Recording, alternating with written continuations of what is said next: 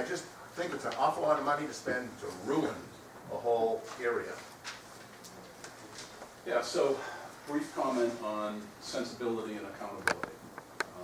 And the focus is, there's a tract of land on the corner of Alma and Worcester Court that's being marketed as 7 lots for homes. The current proposal is to put 28. Now this land abuts Little Pond, which we just spent $26 million, by the way. You know, it all came out of our nickel as residents to put in sewer. And there was a bylaw that said there should be neutral flow into the sewer system, yet we're going from 7, which is the current zoning, to 28. And the big reason is that we're gonna put in 40B housing, which is less than 15% of the housing that's being proposed for that lot.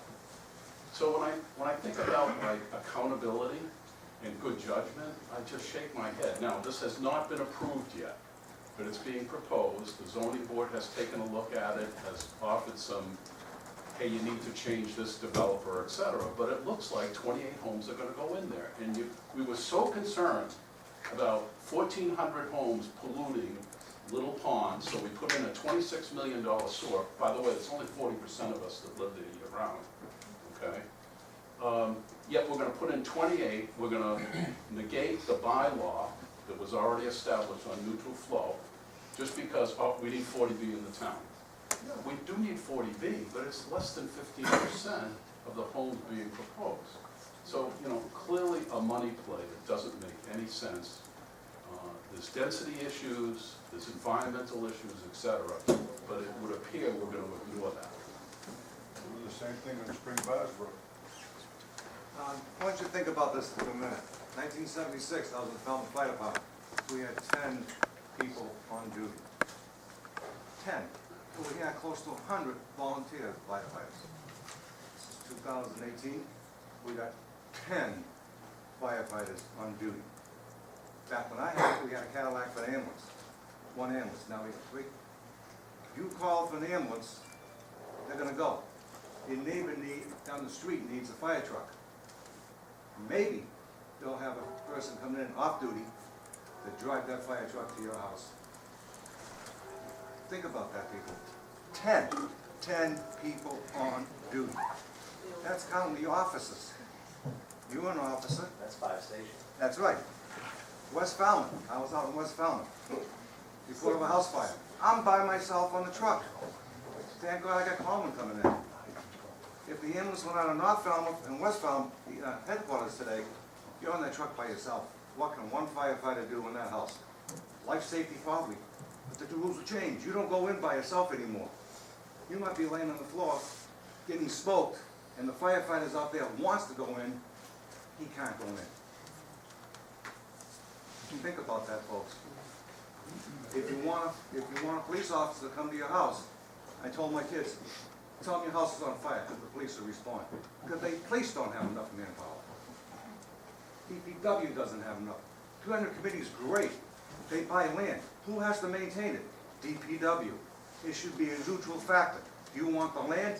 Find out how you're going to maintain it and cut the grass. Thank you.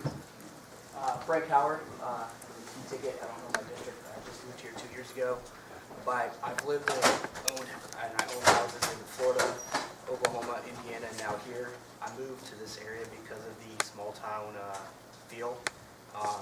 And I knew that the summers, just like in Panama City, Florida, where I have a house, it's a tourist town. Kind of concerned with the, I think, misappropriation or mis-strategic direction of the town when it's coming to road widening and infrastructure improvements that deter from the tourist attraction that's here.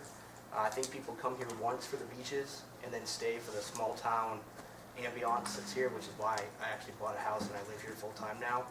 And so I think that we need to, one, obviously address the infrastructure issues, but I think it needs to be done in a smaller, more cost-effective manner and not comply with the state. Ron Cottenberg, again, Precinct 8, but I also serve as officer for the Shumat Valley property owners. It's over 200 homes that are in our association, and a couple of our homeowners have chickens, and there's never been any complaints about it, but the concern that some have is whether or not the zoning regulations would allow homes to have large livestock. We're aware of another situation in East Falmouth where there's 4 horses on a very small 1-acre piece of property. It's not fair to the homeowners and the association. It's not fair to the animals if livestock is allowed when there's no distances to neighbors, no distances to wells, and a better definition of what is acceptable on property. All right, we're at 10:30. Yeah, I noticed this gentleman just had his hand up quite a bit, so maybe we could just take one last comment. My name is Tom Roger. I live on Bayside Drive in Seacoast Shores portion of East Falmouth. Bayside Drive, for those of the folks that know it or don't know it, is the main road to the beach in Seacoast Shores. Seacoast Shores hosts 900 homes. We have an association there, approximately 300 members. About 600 members, 600 residents are non-members. Bayside Beach, ever since I've been a baby, has been the area that everyone at Seacoast Shores, goes to. They don't drive to other beaches. It's close, it's family friendly, and so forth. Recently in August, the association voted to conceptually approach the town with regards to taking over Bayside Drive to the beach. And I'm opposed to that. I think there's 600 residents opposed to it. The reason being is, public safety wise, conceptually their plan is to ask the town if they can do plantings, build a 3-foot path to the water, and eventually take over the beach. Well, every resident in Seacoast Shores has deeded rights to recreational areas, which is in fact the beach. People are up in arms. The association has divided the neighborhood, and the president of the association is now going to town departments, including the town manager and so forth, and asking permission to in fact do these plantings, take over Bayside. In the mid-40s, the Corps of Engineers used Washburn Island as a training area, and Bayside Drive is 52 feet in width. It's still the largest road in Seacoast Shores. It was developed that way for military vehicles to get on and off Washburn Island.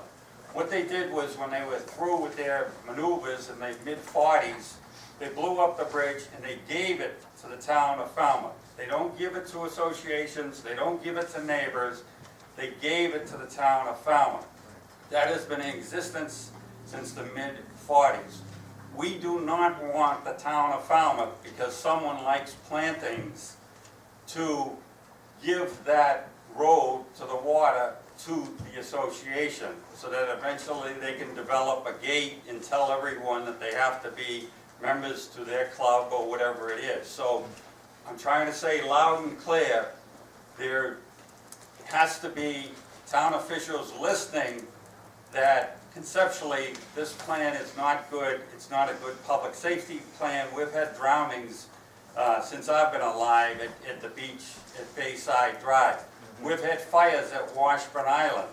Falmouth Fire and Police need access to that water. It's the closest point to get to Washburn Island. It's not Bosun's or Edwards Boatyard. It's not what they call the point near Minot. If there's a large fire conflagration on Washburn Island, Falmouth Fire need to get into Bayside Drive to put inflatables or whatever to get over to Washburn Island. If someone drowns, they need more than a 3-foot path with a gate at the end of it to get to that beach. So I'm asking town officials to listen up, do not give away Bayside Drive. Thank you very much. Thank everyone for coming today and for participating. We're going to have Megan do a wrap-up, but I just want to let you know, we heard a lot about the roundabout. on this 28 project. We've heard a lot about the roundabout in North Falmouth, which the Board of Selectmen and the DPW and the fire and police talked about. But there's some engineer at Mass DOT that loves roundabouts and wants to put them everywhere, no matter what your police chief says, no matter what your fire chief says, no matter what your Board of Selectmen says.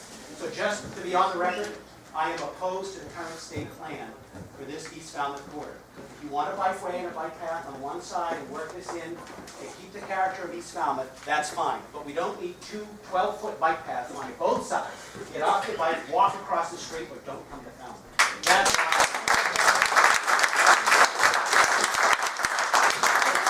David really holds back. You just have to guess what he's thinking.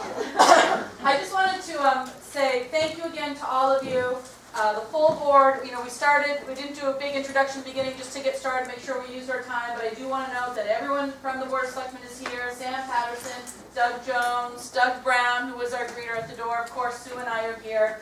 Town Manager Julian Suso is here. Assistant Town Manager Peter Johnson-Staub. Thank you again for all of the refreshments. And thank you to Phyllis for furiously trying, I saw her shaking her fingers with cramps, trying to keep up with everything, so thank you, Phyllis. Excuse me, town meeting members are also here. I'm gonna actually, you're always ahead of me, just. I also want to say, if you're a department head or you work for the town, could you just stand so folks can see? We have some representatives from the staff here. Thank you, Tom Foss.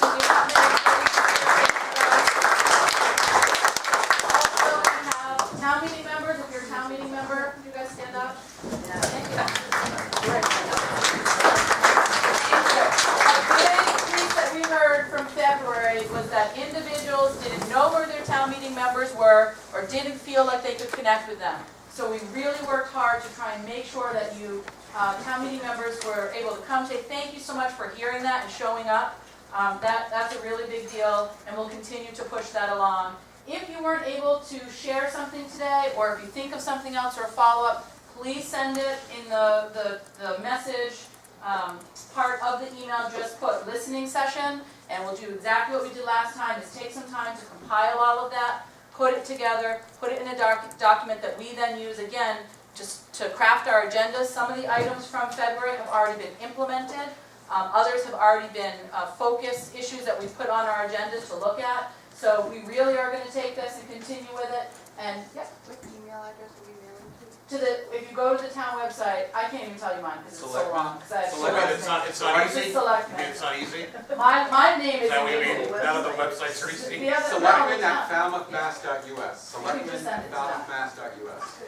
And it'll go to all of us. So, yep, Jeff. I'd like to thank those people that are not town officials first, those citizens that in February, some of the people that stood up and came here. I'm a town meeting member, and it's nice to hear that sometimes some of these ideas I have aren't that whack either. Some of the others have. Nobody said that here Yes, today. they No one said that. But also, I'd like to thank the Board of Selectmen for having, whenever you bring a bunch of people together,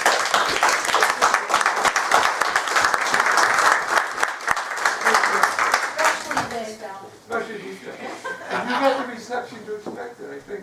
Thank you. No, this was, and that's a great point. That's the last thing I want to end on is the point of kind of moving it from, we had the first one in February at the high school. The idea is, that was the first time we were doing it. It's kind of a central spot for everyone to come to. This isn't meant to be divisive because we're in East Falmouth. We can hear, there are lots of people from other parts of town that are here. But it was meant to focus on a part of town that, one thing we heard in February was that, sometimes East Falmouth feels like their voice isn't heard. So, we wanted to come to East Falmouth, make it a little bit easier. Just the symbolism of showing here we are, we want to hear from this part of town. Doesn't mean it's exclusive of any other part, but we can do that. We can, each part of town has some pieces that are just a little bit particular to it. We've heard about some projects that are specific to this part of town that are concerning to people, and that's why we're here today. We'll continue with another listening session, several months down the road, and it'll likely be in another part of town, and it again will, hopefully reinforce some other ideas and concerns. So thank you. Good luck with traffic, and let's take some food and coffee and bagels.